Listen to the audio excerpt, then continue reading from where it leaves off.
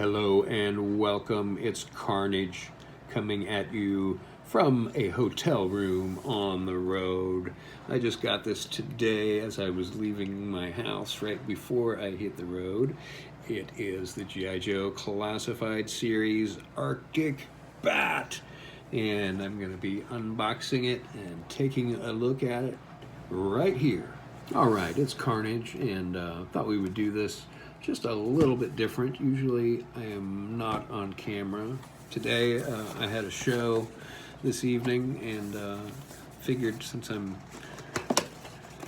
looking all gussied up and slickied up for the stage, figured I'd go ahead and do this unboxing on camera. So I was excited to get my G.I. Joe Classified Arctic Bat. Let's not jump ahead of ourselves. And we have this really cool artwork.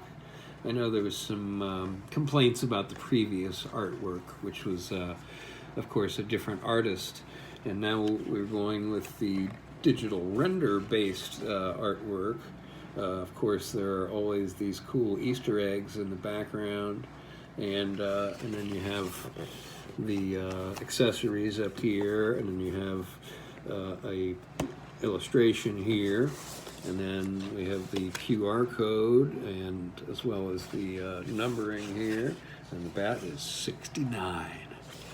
And we have this great killer artwork along with the number over here.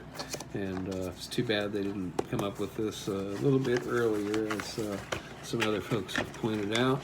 And then on the back here, we have basically another digital render, if you will, of course with all of the accessories next to it. And then we have the alternate head sculpt, and then a close-up of the bat's hand here. And then we have the blobbity bling blong in foreign languages here. There's so much fine print that is completely inconsequential.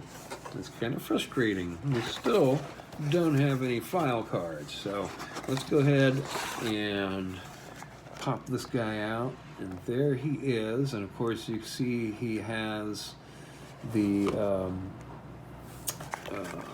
this would be the high definition monocular that the bat would use to be a sharpshooter, and we'll talk about that gun here shortly. So here's the bat, and then we have the footlocker here, and we've got our G.I. Joe Classified bag.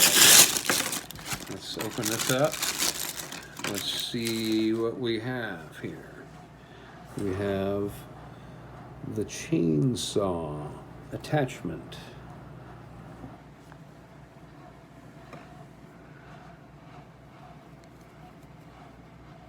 The chainsaw attachment. We have the damaged chest plate. And we have the undamaged chest plate with the Cobra logo. We have the same backpack as before. It's just in a slightly different color that we haven't seen before. Here is the new chest plate, the new armored chest plate, and then we have the alternate head sculpt with the polarized Arctic polarized glass. I don't know what you call that. And then we have the sniper, and it has this piece that pops out and pops back in here. And of course this is the same sniper rifle that Master of Disguise Zartan comes with.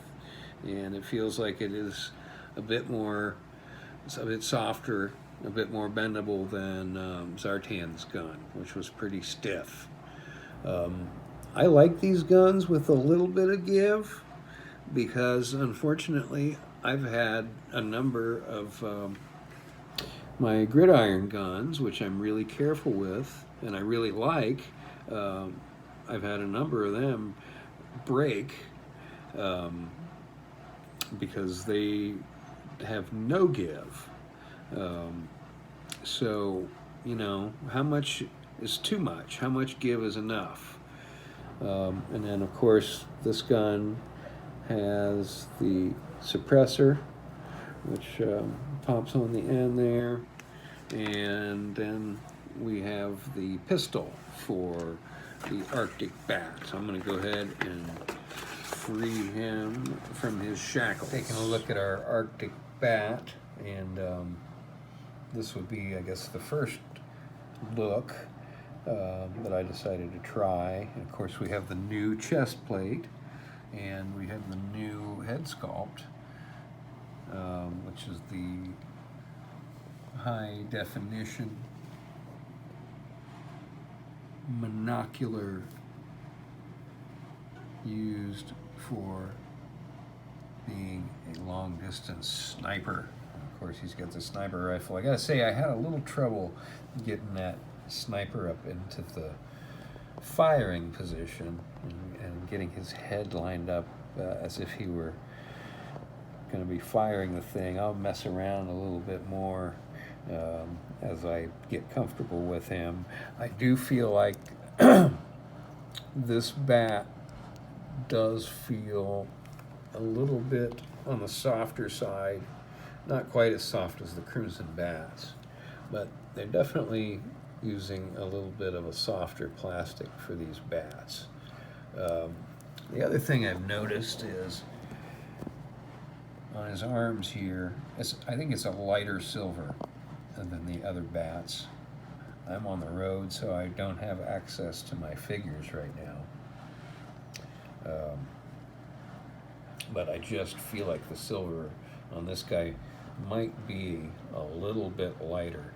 But here's what I like so far. I know that all of this armor can be removed, so you can really come up with some different looks between the sniper bat and the regular Arctic bats. So we're going to really be able to start differentiating our bats here. I don't really think that having an officer bat really makes a lot of sense. Now we have Overkill, who very much is an officer bat, but with Overkill there is a human element there. I don't think it makes sense to have a hierarchy of drones, but when you have that drone that does have some element of humanity, then it becomes a different story. I kind of like displaying him. The sniper bat, I think, makes sense that he wouldn't really need the backpack. He's not necessarily going to be swapping out other pieces. So I would say for this guy, you know, this would probably be the look that I would go with the full armor, with the armored chest plate, with the monocular head sculpt. I just love this head sculpt. I've seen some criticism of it. What it really looks like is that it's a unit that clamps onto the head, and it really looks cool. It just doesn't do it justice here on the video. I don't know if you can see what I'm talking about. There we go. But it really does have the look of a piece that attaches to the head, and I think it really looks great. I'm really impressed with this head sculpt, and I certainly think it would look fine on the original bat. I'm curious to see how it looks on the Python Patrol bat. So let's go ahead and take a look at some other looks. And we're back with yet another look for the bat here. And here we have the polarized head sculpt, as you can see here. Arctic polarized, and the coloring is really sweet on that. It's kind of a greenish on the inside, and then it goes to a gold on the gold, and then to a blue. Of course, the white, blam, there he goes. Of course, the white just looks awesome.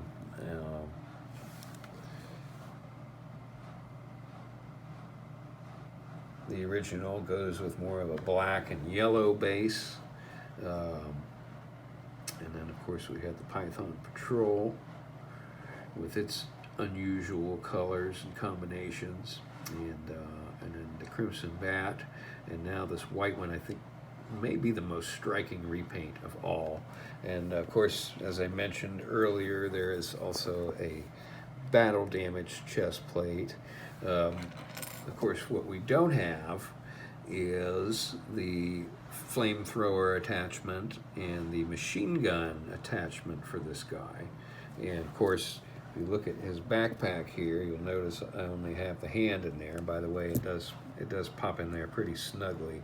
But if you're like me, I've got 6 of each bat, so I've got quite a collection of attachments. So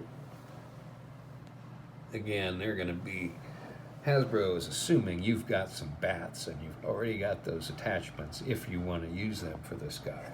Of course, the other bats don't come with a sniper rifle. So there is a trade-off. And we don't have a battle damaged head, but we do have this new freaking sweet head sculpt. I really like this figure. I think from a photographer's perspective, this is a must-have. Now we're getting into the fact that as this guy arrives and Snow Job arrives, those of us who create dioramas are going to have to start wrapping our heads around some wintertime snow dioramas, because these figures are going to keep on coming. So I'm pretty excited. This, besides of course our Arctic Storm Shadow, who's been around for a while, this is really the first figure that's come along in the Arctic sub-series since Storm Shadow. So it's kind of exciting to see that we're headed back into the Arctic. Winter is coming, as they say. Well, I hope you've enjoyed this review. As I'm going to state on most of these videos, we're looking at these things from the perspective of toy photography and using these to photograph with dioramas. So if that's what strikes your fancy, I will hope that you will subscribe to the channel, and I hope you'll hit the like button, and I hope that you will return. This is Carnage saying thanks for watching.